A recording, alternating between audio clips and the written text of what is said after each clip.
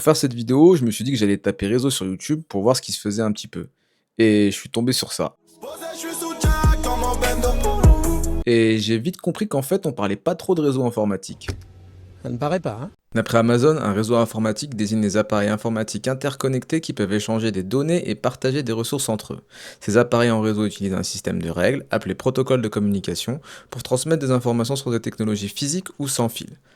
Ça me semble correct. Pour illustrer ça, on va prendre un exemple simple. Un réseau, c'est comme un système postal. Imaginons un groupe de personnes qui veulent s'envoyer des lettres. Chaque personne a une adresse unique, comme une adresse IP en informatique. Le facteur, comme le routeur, livre les lettres entre les maisons. Les lettres sont les données envoyées d'un appareil à un autre. Mais pour que tout fonctionne, tout le monde doit suivre les mêmes règles d'envoi et de réception de lettres. Exemple, écrire l'adresse au bon endroit ou mettre un timbre. Ces règles en informatique sont appelées des protocoles. Un protocole est un ensemble de règles qui définit comment les appareils communiquent sur un réseau. Vous êtes une bombe! En fait, en informatique, les protocoles assurent que les appareils se comprennent et échangent les données correctement, comme on le fait lorsqu'on échange entre humains. D'ailleurs, des protocoles, on en utilise tous les jours.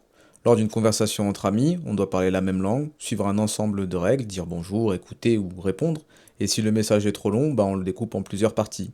Réfléchissez 2 minutes. C'est pas excessif. Merci. Tous les réseaux ne sont pas de la même taille. Certains sont petits et d'autres couvrent la planète entière. Le plus petit, c'est le PAN, Personal Area Network.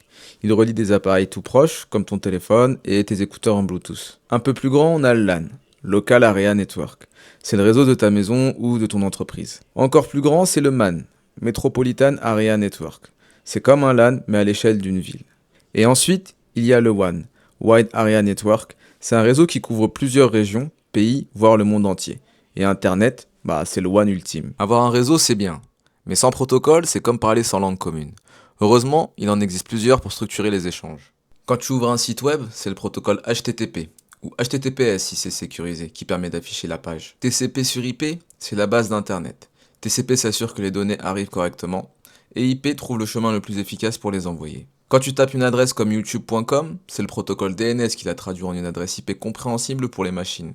Et lorsque tu utilises un VPN, il y a aussi un protocole nommé OpenVPN qui est le plus connu d'entre eux, qui protège ta connexion en chiffrant les données et en masquant ton adresse IP.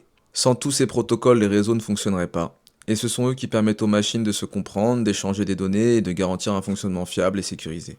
Sans ces systèmes, pas d'internet, pas de réseaux sociaux, pas de jeux en réseau. Ah, Gordon Freeman.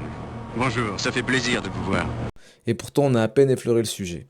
Il reste encore plein de concepts à explorer, mais ça, ce sera pour une prochaine fois.